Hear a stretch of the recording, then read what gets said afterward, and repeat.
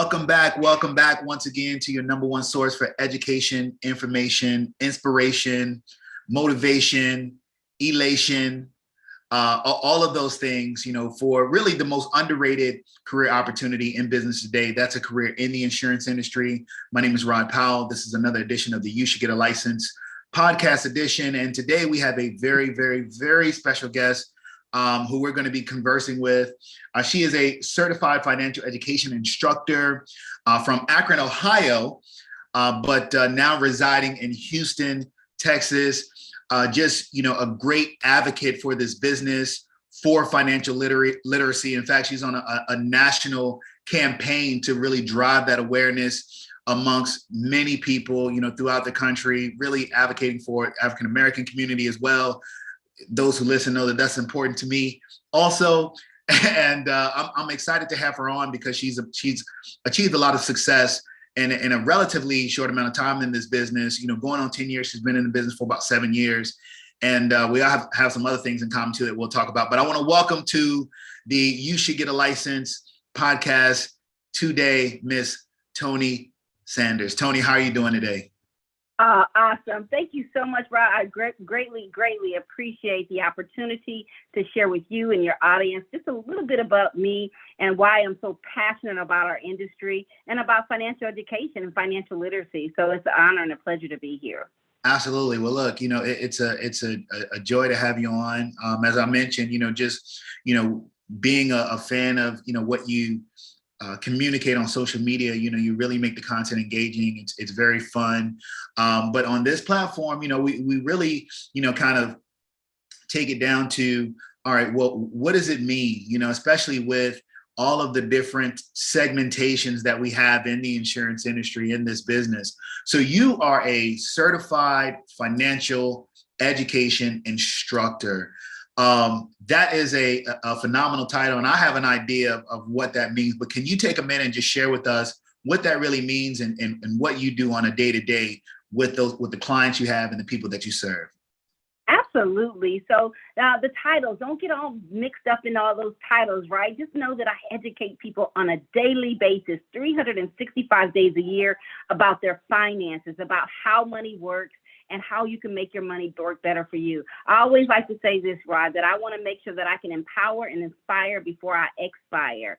So I just want people to have the resources and to be able to make better decisions in regards to their money. As far as the title goes, I decided to get the title, because some people, they do get all hooked up and caught up in all the titles and, letting you into the door to be able to share the information. So when I saw the opportunity, this will open up some doors for me. That's the only reason, that I really pursued the title of becoming a certified financial education instructor. It was a very easy thing to do. I simply, took some classes and I did it in a week's time because I'm so passionate about this.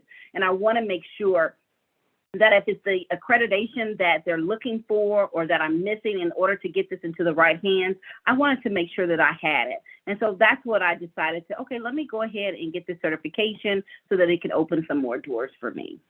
Absolutely. No, it's very important because, sometimes, we start with the insurance license and, we've had conversations in the past where we've talked about that and done different videos where we say, hey, look, these are the steps to just get the insurance license.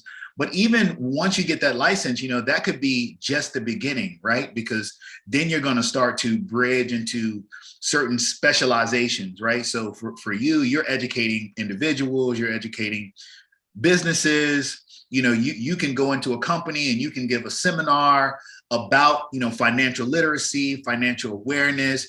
And, those are the types of certifications that kind of bridge those gaps to open those doors for you. So, I mean, absolutely. You would agree with that?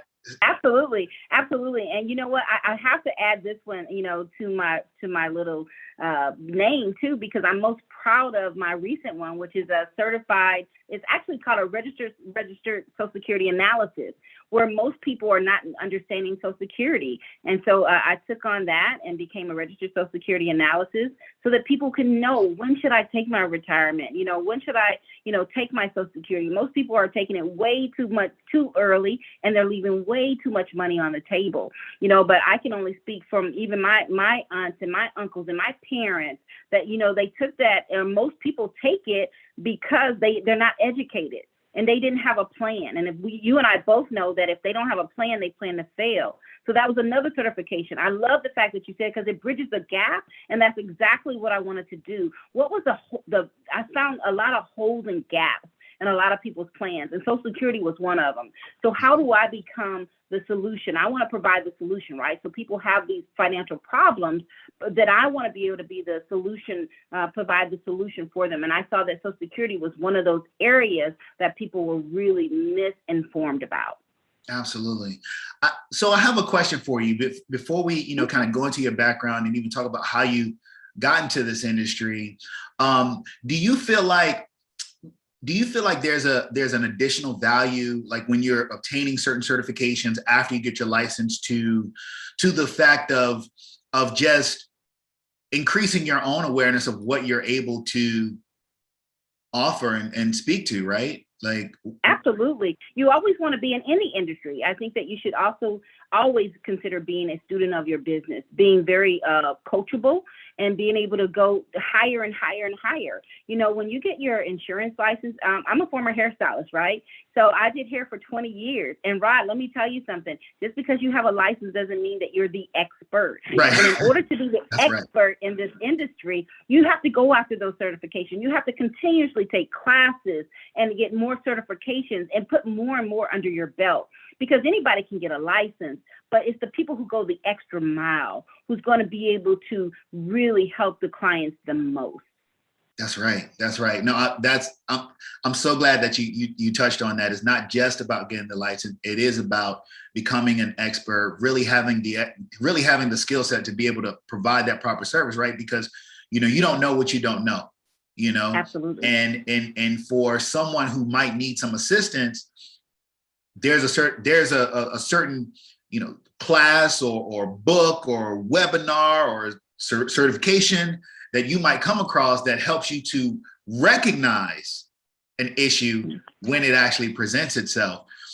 So you mentioned, being a hairstylist. So that's one of the other things that we actually have in common. I come from a family, I'm not a hairstylist, but I come from a family of cosmetologists, right? Mm-hmm. Everybody in my family, did hair. My father owned a salon for many years. My mother, my stepmom, my sisters, my aunts, everybody in my family cosmetology. My grandmother. So let me go back. I think this is a great segue just to kind of get more information on your background. Let's go all the way back to 8, 9, 10-year-old Toni Sanders. Now, I don't know if you said, hey, I'm going to be in financial services when I grow up, but what did you want to be? What was the dream when you were 8, 9, 10 years old? What did you want to be? Well, right, believe it or not, we used to entertain our parents a lot, right? When their friends would come over and they would have all these house parties, we were the ones, me and my brother, we were shucking and jiving for them. We were singing and dancing. Yes. I thought I wanted to be a singer, right? And then, life changes and you grow up and you do things, but from a young girl, I knew I wanted to do hair. When my mother would go out, all her crew would come over and I would do their hair. I would do all the kids' hair in the neighborhood. I was the little girl, on the steps, braiding all the kids' hair in the neighborhood with the beads and the little foil paper. I know I might be aging myself, but let me tell you something. I knew I wanted to do hair. I knew that's what I wanted to do. I always wanted to do hair. And I pursued my dreams after, getting married and having a child. I knew that I wanted to be a business owner and an entrepreneur. I love the idea of having people feel good and look good, and it was, I always wanted to look my best because I believe that if you show up and you look good and you feel better, right? And things happen, the energy is really good. So I wanted to make people feel special. I wanted people to look good and feel good. And I just knew how it made my mom and her friends look. And so I just pursued it. And I ended up opening 2 salons, a day spa and a boutique. I did it for 20 years. And I absolutely love it. And I still love it today. In my home office, I still have a chair because I do my own hair now. I still keep up with my own hair. But, that's where it all started. It started doing there. But what? I think the business owner and the entrepreneur, it was always inside of me. Yeah. And it's funny that you asked me, did I think about, being into financial services at that time? At that time, no, I didn't. If I can be a little transparent with the audience for a minute, growing up, I was poor. I didn't know I was poor, but I was poor. I can remember, my mother had 4 kids by the age of 25, and she was doing the best that she could do. She had me at 18. And let me tell you something, that woman, she was a strong sister. She was a strong sister. And she would just work and work and work and not knowing until now as an adult, like looking back at our lives that, hey, we were on welfare. We had food stamps and all of those things. But I knew I came back from a summer vacation ride. And the kids were talking about, they take these trips and how they were going. I was like, well, when my summer break, I'm going up the road to my grandmother's house. I'm not really going very far. We're not leaving Akron, Ohio, right? But I knew from that point on that I wanted to be able to travel the world. I wanted to be able to do some things that my parents couldn't do and provide. And the only way to do that is make a good living. Now, I say that to say my mother's father, who I didn't learn till later on in life, who was my grandfather, he was actually in banking. I was like, well, wow, now this is coming full circle that he was in financial services, but I did not connect the two together. So when I was leaving the salon one day, Rod, somebody came to me, and actually 2 people in the same week. One of my clients, he said, I just want you to know that I think you'll be really good in doing insurance.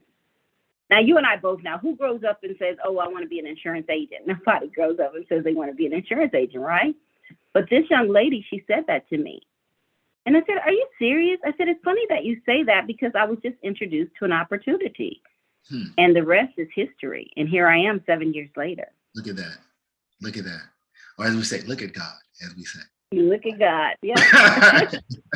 All right.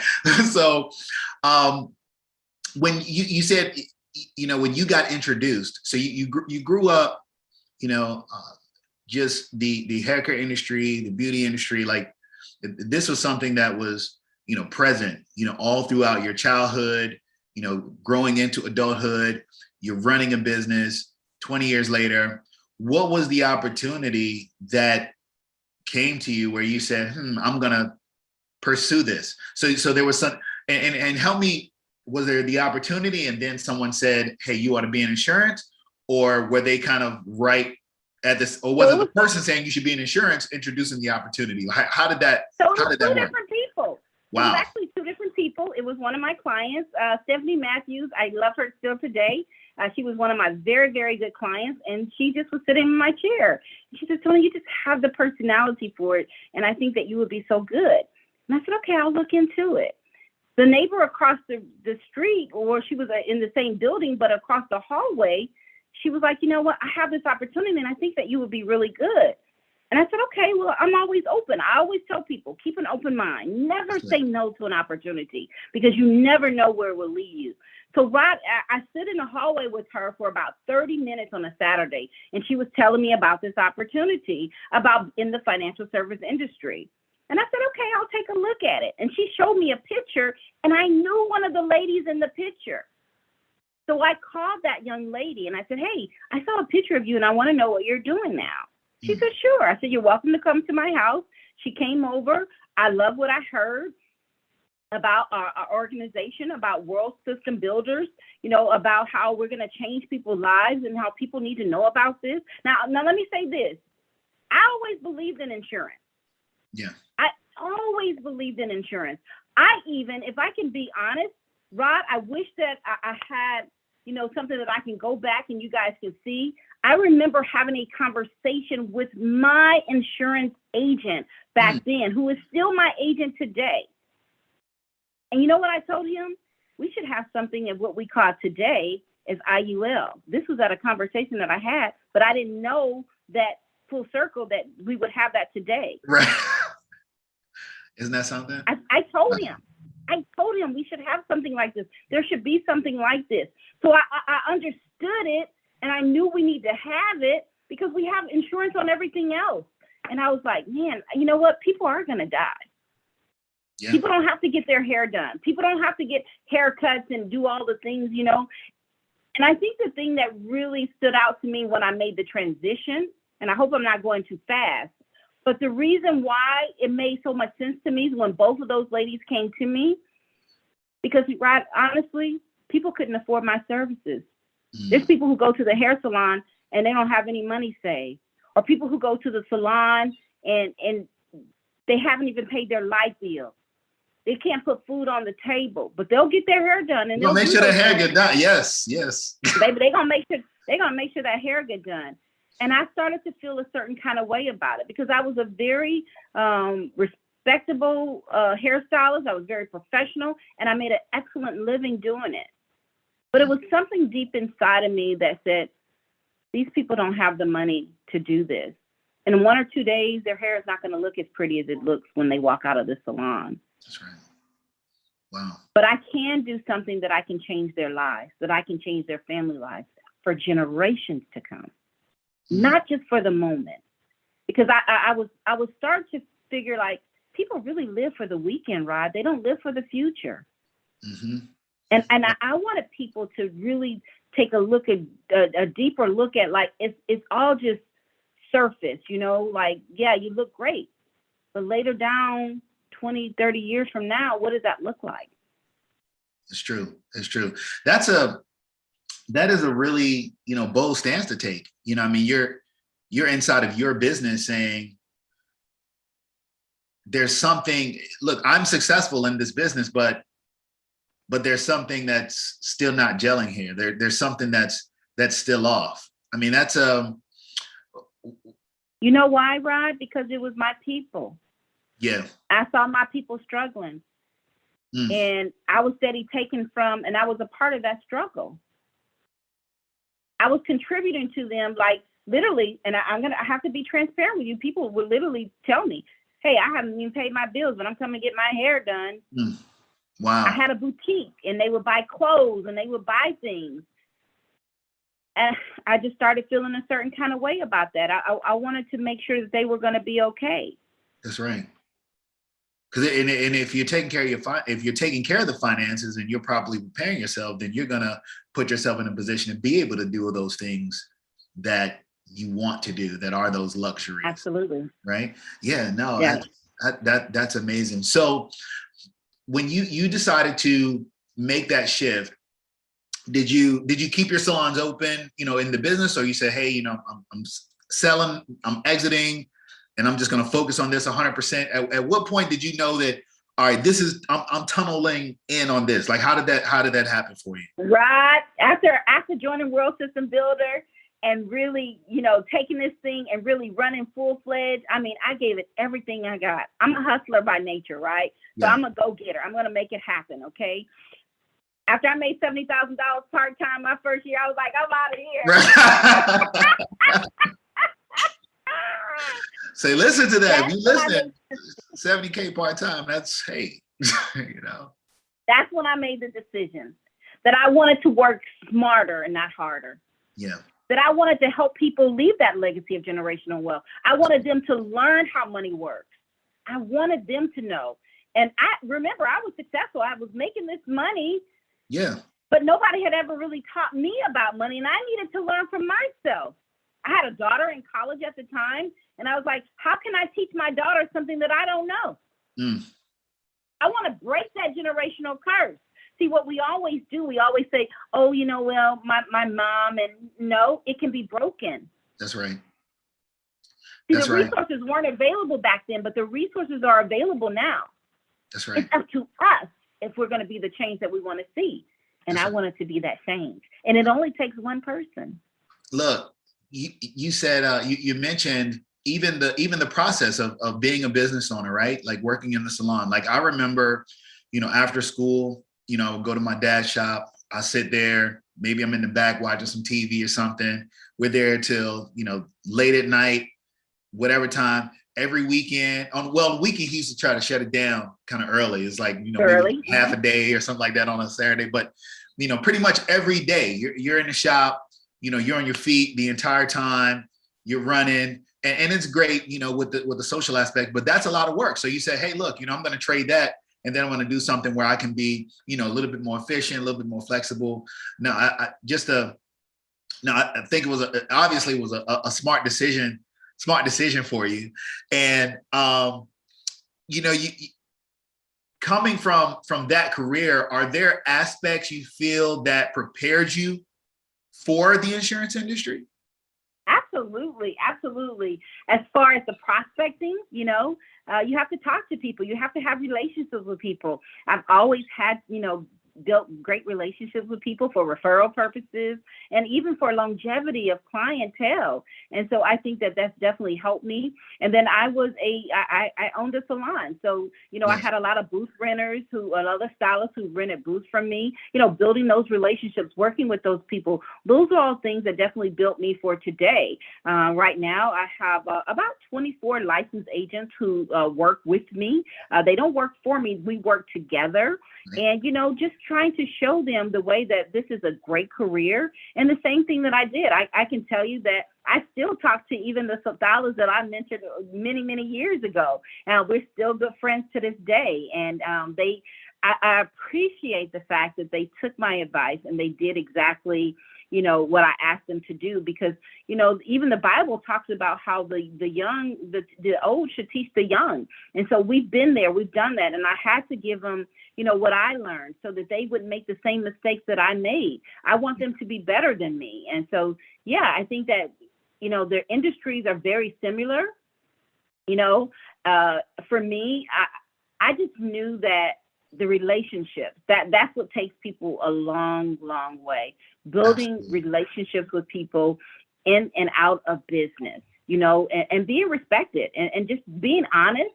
You know, I have a business partner. He says this all the time, Rod. He says, people don't care about how much you know. They only care about how much you care. That's right. So show people that you care for them. And that's what I've always tried to do, is just to show people how much I really care about them and how much I want them to win. You know, we're not winners unless everybody's winning. And let's be honest, everybody is not winning. This is true. 100%. 100%. So let's go back and just kind of recap some of the things that you talked about that are valuable traits that you learned in your business. So the prospecting aspect, developing the relationships, the work ethic, obviously, you know, for what it takes to actually run a business. Being disciplined, yes. You know, all of those things being a factor. So someone said to you, you would be a good insurance agent. How would you define what those qualities are? How would you say, if you would say, hey, look, there are 4 things that a good insurance agent should have, or a good insurance professional, what would you say that they would be? A people person. You have to love people. Okay. You have to be able to be a good listener, because a lot of times people listen, but they're not. They're here, but they're not listening. So, you know, being attentive and listening to hear what your clients' needs are. You know, not what you want, but what they really need. Yes. I would also say, you know, being a person of integrity.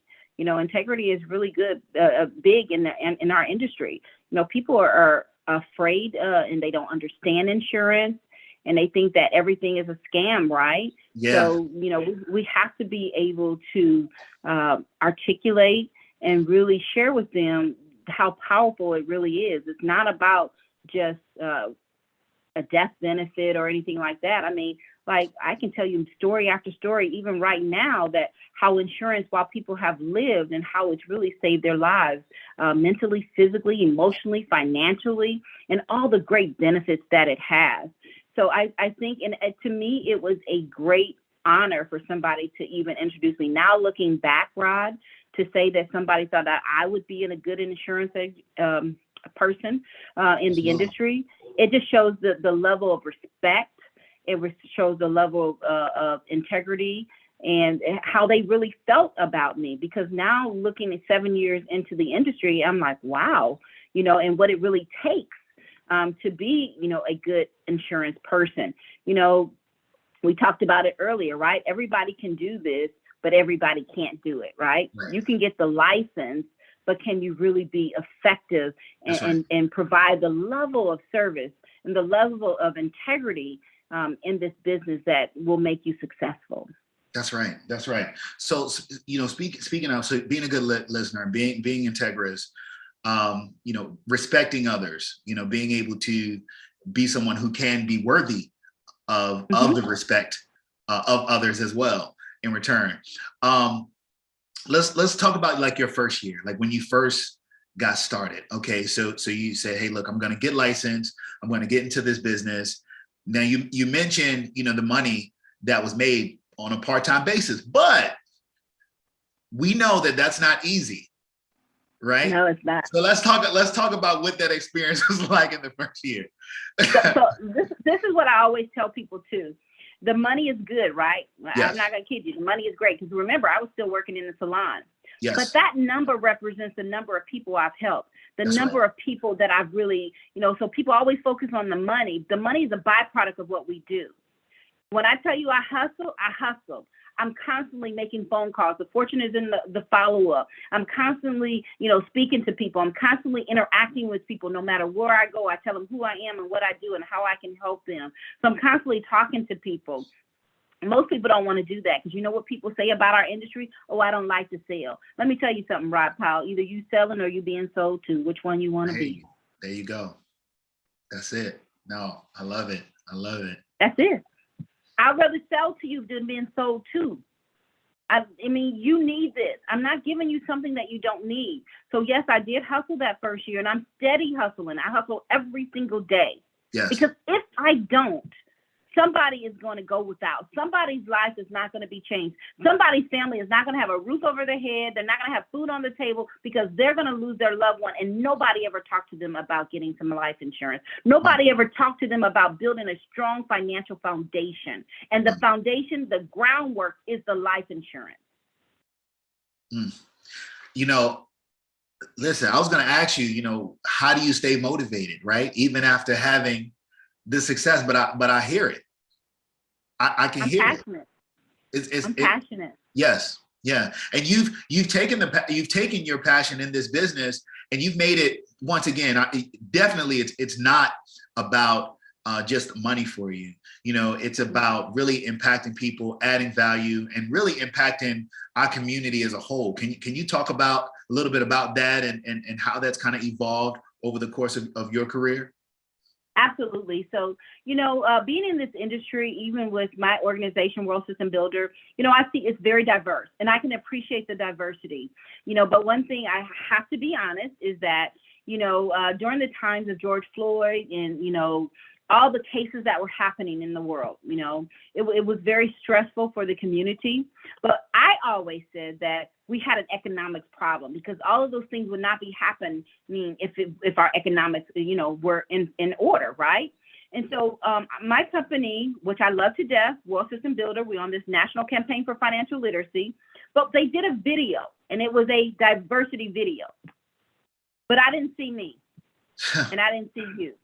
And so I made a comment on our Facebook, page where they posted it, and I got a response from our head coach's daughter, Alicia Wynn, who is a beautiful spirit, and she said, Toni, I wanted to do something, I just didn't know what to do. Well, and we collaborated, we came together, and we created a beautiful video to show the diversity within our organization with the African American community. I've always had a passion for my community. But the problem that I see in the Black community is, I don't know if we have a passion for our own selves. Come on. I can't want something more for you than you want for yourself. Mm-hmm. So we created this video, and then we created a group of Black financial professionals in our organization, and we're about 500 strong right now. And I did that because I wanted to, show them that we too can have a seat at the table, but it requires hard work. See, a lot of times we want the accolades and we want all the things, but we don't want to put in the work that it takes to get there. And so now I'm telling them, no, we have to put in the work. You have to put up the numbers. You have to do this in order to do it. And we have to get to our community. Now, it's no fault of their own, but I have to say this because it was what I feel in my heart and what I see. African Americans will go and be with someone else, meaning other communities, which is nothing wrong with that, right? Mm-hmm. But when we try to get them to come with us, everything is a scam. Well, I'm doing the same thing that Joe Blow is doing. How we partners, but it's not a scam. Yeah. Now, but the difference is you'll go over there, but they won't come over here. Yeah. We know. And it's real, and people don't want to have that conversation. But yeah, because the ice is colder. The ice is colder. Yes. Yeah. No, it's a. So Rod, you know what? Let me tell you something. Let me just say this. In order for us to be the change that we want to see, in order for us to change the narrative in our community, we must see ourselves. That's right. We need more people in this industry that look like you and me. We do the same thing that everybody else does. Yeah. And in some cases, we do it better. Yeah. You know, there's an organization. I know they have a Dallas chapter, and I'm not sure if they have a Houston. I'm not sure if there's one in Houston, but NAIA, National African American Insurance Association, they put out a report a few years ago, which was called The Journey. It was actually a study that was conducted by a friend of mine. His name is Dr. Leroy Nunnery, and Dr. Leroy Nunnery 2. Got to put the 2 behind it. And in this study, it talks about, you know, just some of the percentages of African Americans that you see in the industry. You know, there's 2.9 million professionals, you know, in the insurance industry, and only 12% are actually African American. When you get into agency managers, principals, executives, that reduces down to 3%. You know, so you're 100% spot on when you say that, hey, there's just like a lack of representation. I know when I came into the business, you know, one, you know, we not just have to work hard, but we have to work twice as hard, or sometimes 3 times as hard, you know, in order to be seen the same, right? You can, you know, I've walked into a place where, you know, I might have a suit on, and someone is with me and they got polo and khakis on. They're thinking, and this person reports to me, they thinking I report to them just because of some unconscious bias, right? So, you know, it's like what you're saying is very real. What do you think? I mean, you're part of the solution. I mean, you're educating people, and you're right. It is an economic problem. There's a systemic problem that has created an economic problem, right? The economic problem creates an organizational problem and an infrastructure problem. What aspect do you think is more, this is a question, what aspect do you think is more impactful? Is it getting people aware, you know, of their financial education and of that literacy? Or is it getting people engaged and involved in the business as professionals to help others increase their financial literacy? Both. Yeah. Yeah. Yes. We need the knowledge. There's so many Facebook financial professionals. I've never seen so many with no certification, no license, telling people what to do. Yeah. We have to get educated so that we can make better informed decisions. Right. For those who are in need of opportunities, there's something that we're calling right now. Remember that Great Resignation? 17.9 million people have walked away from their jobs. What are they going to do, Rod? They're going to go work at the mall. They're going to go work at fast food, a grocery store. Where are they going to work that's going to provide them, you know, with this type of income and cash flow? And there's enough room, because statistics show that in 2022 alone, that there's a great number of agents are retiring because they're aging out, right? So we have to be able to replace those. That's right. So there's enough room for everybody. And so if we're going to change those numbers, why not get more of us into the industry? It only makes sense. What else are you going to do? See, we always complain, and, you know, we don't want to do what it really takes to get to that next level, because I hear it every day. Oh, I don't want to do that. I can't speak like you, or I don't know. I didn't speak like this in the beginning. I didn't know this information. I had to learn it. That's right. It's something that I didn't know it, but, you know, after you get into it and you see it, I just fell in love with something that I can change people's lives. That's right. I fell in love with the idea that, wow, this is how people leave legacies of generational wealth. Is this easy? This is it? Yeah. But in most people's mind, Rod, they're not willing to do what it really takes.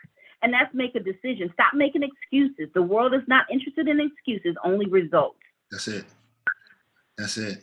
You know, and you mentioned, you know, just a tool that just a, you mentioned it earlier in our conversation. You said the IUL. You said IUL, right? So someone, right?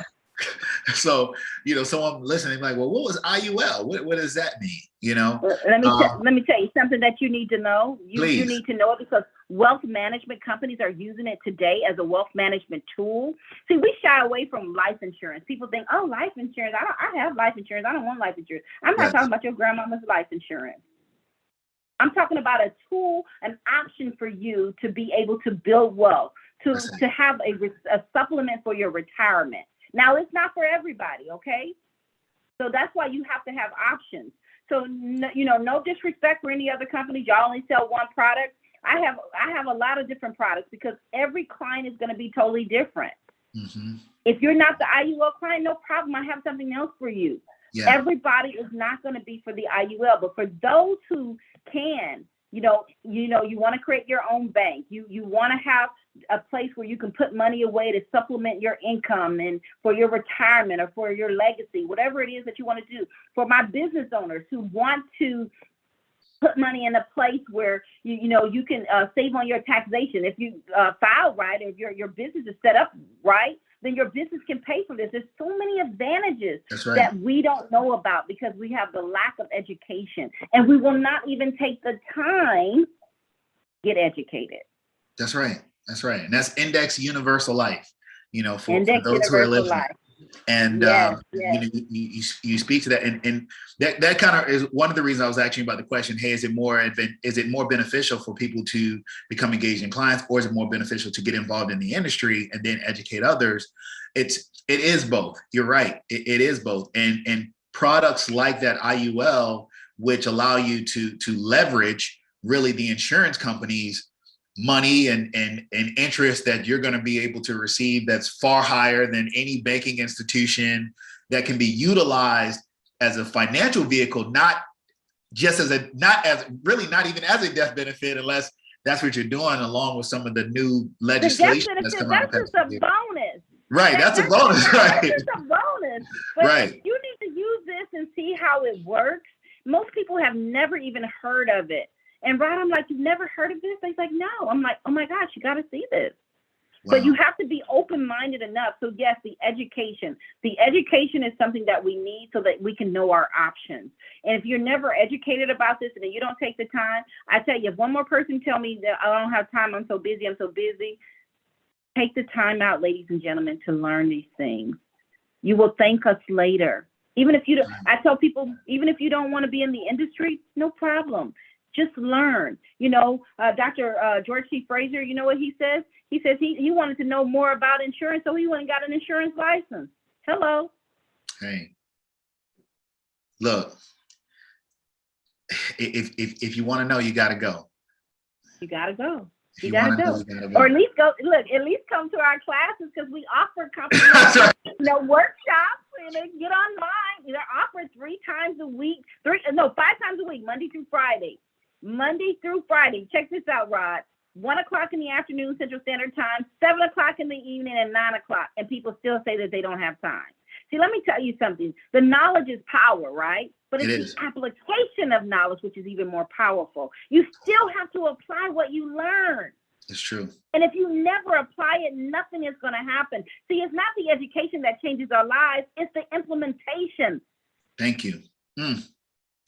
Lots of quotes in this interview.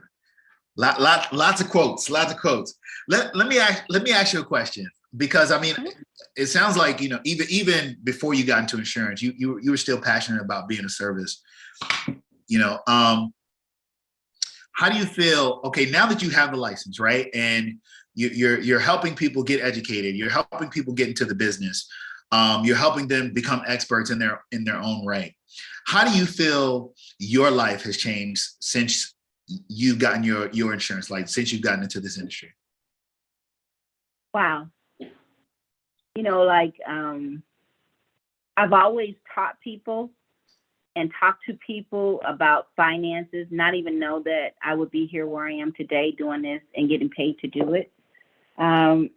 It's changed me and my husband's life because we make a great income, but we, like everybody else, if you don't know what to do with the money, then what happens? You spend the money. The more money you make, the more money you spend.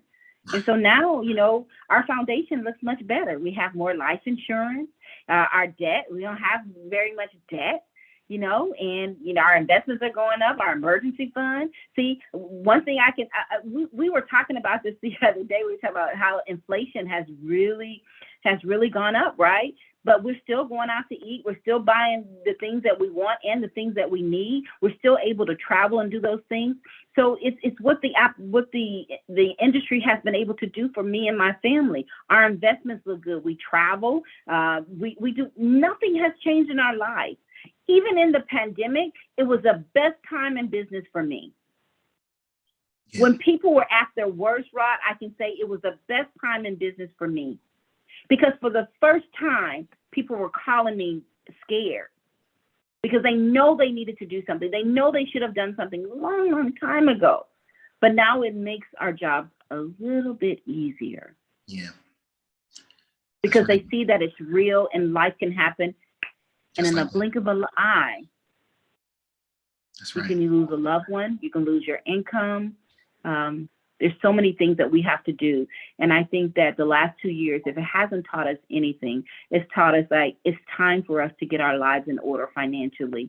It is time to hit that reset button and do some things that you never thought that you would have to do, but you need to do them. And a lot of people, Rod, you and I both know that they know some of this information. They may not know it all, but a lot of this stuff they know, but they still won't do what they need to do. Won't take the action steps because you're getting hit with information all over the place now. There's so much info out there, but it's all of it. But for every person like you, Toni, who is speaking to the education or even to myself or what we're doing in this platform, there's other distractions as well, right? It's like there's other messaging which are really promoting wastefulness, right? And just a lack of care and respect for your finances or your future, right? Or your foundation or your stability. It's about now, instant gratification, what's going to work today. Even in our business, right? It's like, you can start and I remember a mentor told me a quote, gave me a quote a long time ago, said, look, you're underpaid for the first 5 years and you're overpaid for the rest of your life, right?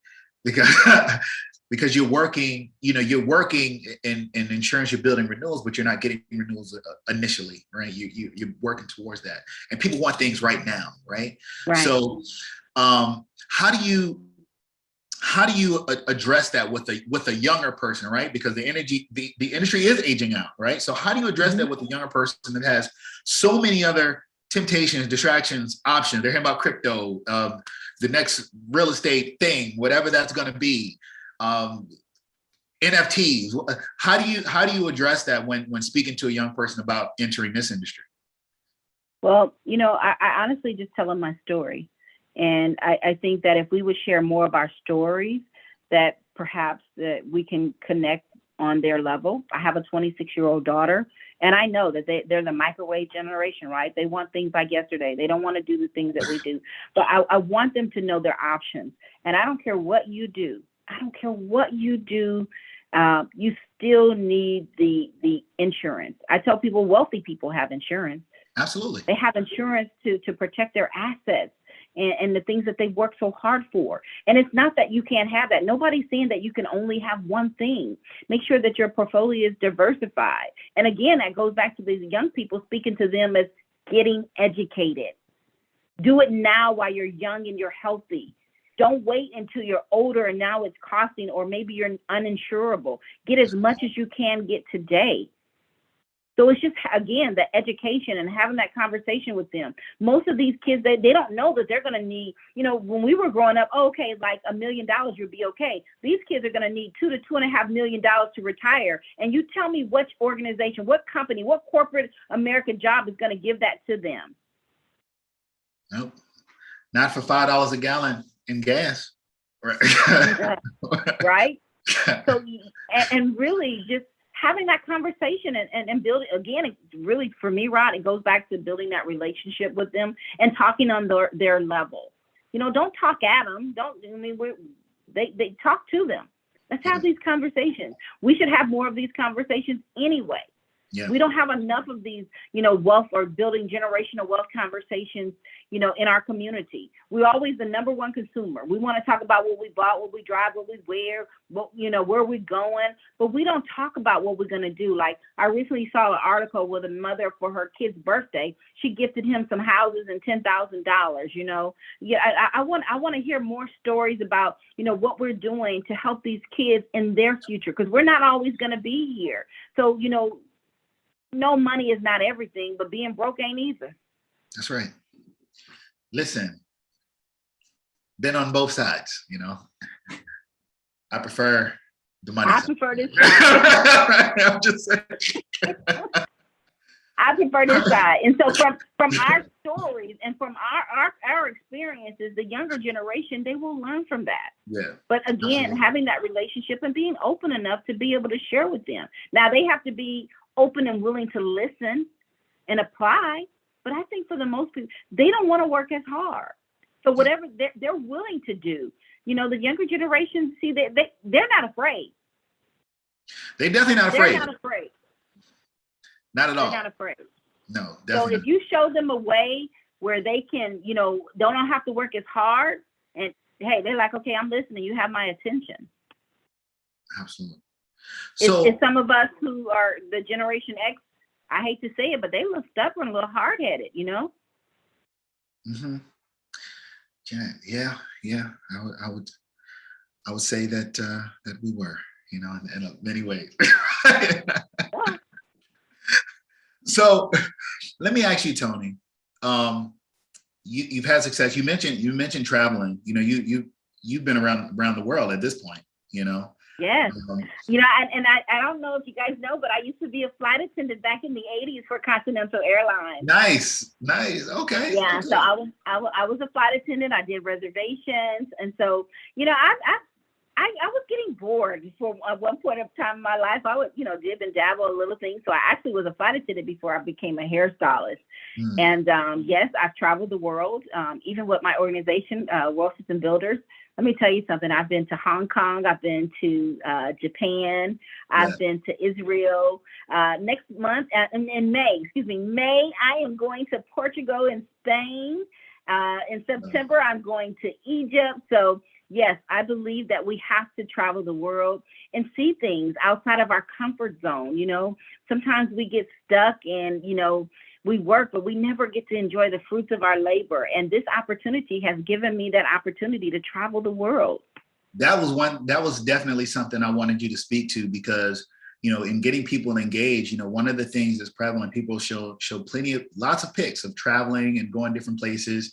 And in this business, you just said it, Hong Kong, Israel, Japan, going to Spain, Egypt, all of these locations. I'm like, when I started, I had traveled before I started in the industry. When I started in the industry, it was like a trip, like all the time, right? Like you're always going somewhere, so that was one of the points that I'm glad that you mentioned here. So let me ask you a question. You've done all these things. You've had success. You have a team that you're cultivating and leading and motivating and encouraging and developing people. What's the dream now? What's the goal for Toni Sanders now? You know what? I just want to keep growing. I want to see other people grow. It's not about me. It's about, what I can do for other people. I want people to be bigger and better than me, Rod. Yeah. I think that, the sky is the limit when it comes here. I want to see my daughter recently got, licensed. So I'm really excited about that. She followed in my footsteps with the cosmetology as well. So She did cosmetology, and she's a makeup artist. She has her own makeup line and recently got licensed. And I told her, look, having multiple streams of income, ladies and gentlemen, is very important. It's very important. You should never wait around for anybody to send you any kind of stimulus check. You want to learn how to create a stimulus check, curate your own. I can show you how to do it. But I want to help other people. I want to help more women. And hey, I'm sorry, but I want to help more African-American women get into the industry. I want to help women in general, anybody, even men for that, but I want us to have a seat at the table when it comes to finances. Yeah. This has been a white male dominated field for so many years. And now is the time for change. I believe now is our time. That's it. Now is our time. I want to be able, I posted something in our group, I think it was a couple of weeks ago, and I saw it, and it says, teach us. I want us to teach us. Mm-hmm. I want us to learn from each other and learn from our mistakes. We have to teach the younger generation what not to do, the things that we did that didn't work, but let's teach them the things that are working so that it can work in their favor. That's it. I want us to build legacies of generational wealth. I want us to get out of debt. Stop being the number one consumer. Yes. Have we bought enough stuff yet? See, we're always trying to buy stuff to impress people who don't even like us. The things that we need to have, like start saving your money. I got a t-shirt that says saving is sexy. If you save money today, it will save you later. Absolutely. So when you think about Toni Sanders in the future, I just want somebody to say, look, you need to go to her. She can help you. She can help change your life the way she, did mine. And I meet people where they are. It's a no judgment zone here because I've been where you are. But at some point in time, you've got to make up your mind that you're going to change your life, you're going to change your family's life, and you're going to change your community's life. Again, like I said, and I always say, it is up to us to change the narrative. Nobody else can change that narrative but us. Look, no apology necessary, because nothing you're saying is anything that everybody does not know is 100% true. As my son would say, no cap. No cap. I know. Hey, what about this? And that's on period. Right. Yes. So Toni, before we wrap up here, once again, thank you for the time. If there's somebody listening and maybe they're on the fence, maybe someone said to them, you know what, you make a great insurance agent, or maybe they're watching you. Once again, they're in the Houston. It's not quite Houston, right? It's like outside of Houston. Close. My office, I live in Missouri City, Texas, but my office is in the Houston area. Okay, all right. So if you're in the Houston area, Texas is a big state. Texas is a big state. Texas is huge, but I have licenses all across the United States, so I don't care where you're from. I can definitely be a resource to you. And if you're on the fence about getting into our industry, yes, the answer is yes. You don't have to think about it. Keep in mind, okay, where money is moved, money is made, and all we do is reposition people's money. If you're in the fence and you want to learn, come and take some workshops. If you can see the sign behind me, we're in this campaign of financial literacy. Our mission is to educate 30 million families by the year 2030. Take our workshops, come and talk to me, have a conversation with me, be a part of the financial literacy. Every day I wake up, I say, who am I going to educate today? Whose life am I going to change today? Contact me. Get a copy of our Saving Your Future book. You have to save your family first before you save anybody else's. Be the biggest benefactor of what we offer. Okay, that's what I would tell people to do, and don't be ashamed about where you are. But if you closed mouths will never get fed. So if you don't open your mouth and ask for the help that you need to get to some places that you want to be, that is not our fault. That is your fault. That's on you. That's on you. How do they get Toni Sanders? How do they get in contact with you? How do people reach you?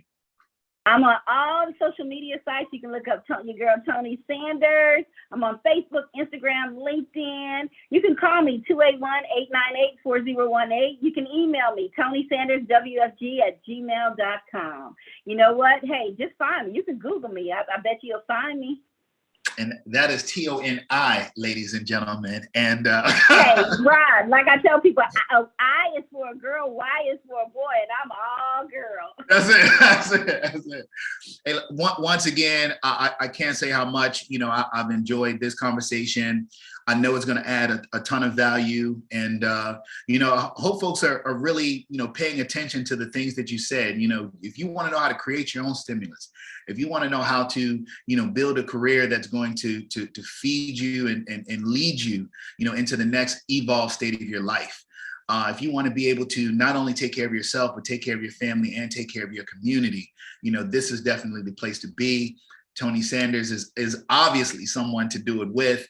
All things rise and fall with leadership, and I can tell that she's a great one to have in your corner. So maybe you're listening out there, you're on the fence. She already told you, go ahead and take that step, say that yes, and maybe you heard something that made you think to yourself, you should get a license. Until next time, thank you. Take care.